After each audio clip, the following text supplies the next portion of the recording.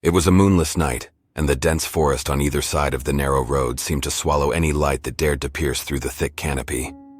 John had never taken this desolate route before. An unexpected work emergency had forced him to leave the city well past midnight. With nothing but the hum of his car's engine and the occasional rustling of leaves, it was as if the world had fallen silent. As he drove deeper into the woods, a growing sense of unease clawed at him. The only source of light was his car's headlights, and they illuminated only a small section of the winding road. The GPS on his dashboard blinked on and off, unable to find a signal. John tried to shake off his discomfort. He had driven through forests at night before and had never encountered anything unusual. He chalked it up to his nerves and fatigue, caused by the long hours of work. Then, as he rounded a bend, he saw it. A figure standing in the middle of the road, bathed in the glow of his headlights. He slammed on the brakes and the car skidded to a stop just inches from the unknown person. Heart pounding, John rolled down his window. The figure was a woman, dressed in tattered clothes, her eyes wide with terror. She pleaded for help, her voice trembling.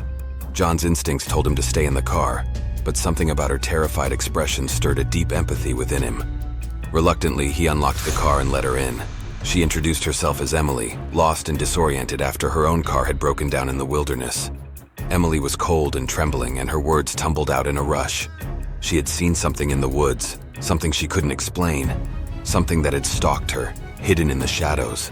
John tried to calm her, thinking it was her imagination playing tricks on her. But then, he saw it. In his rearview mirror, the darkness seemed to come alive.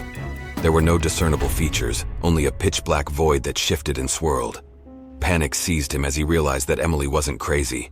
There was something out there. He floored the accelerator and the car raced down the desolate road. The unnatural entity followed, keeping pace with them. It reached out, long shadowy tendrils extending toward the car, threatening to engulf it. John's heart raced, his breath shallow and fast. He couldn't outrun this horror, but he had to try. With trembling hands, he dialed 911 and explained their terrifying predicament to the dispatcher. The dispatcher urged him to stay on the line, reassuring them that help was on the way. The dark entity clung to the car, seemingly feeding off their fear. Emily whispered in terror, "It's attracted to fear. We need to stay calm." They tried their best to focus on the dispatcher's voice, to stay rational despite the horror pursuing them. Finally, the distant wail of sirens broke the silence of the night. A police car and ambulance sped around the bend, their flashing lights illuminating the road.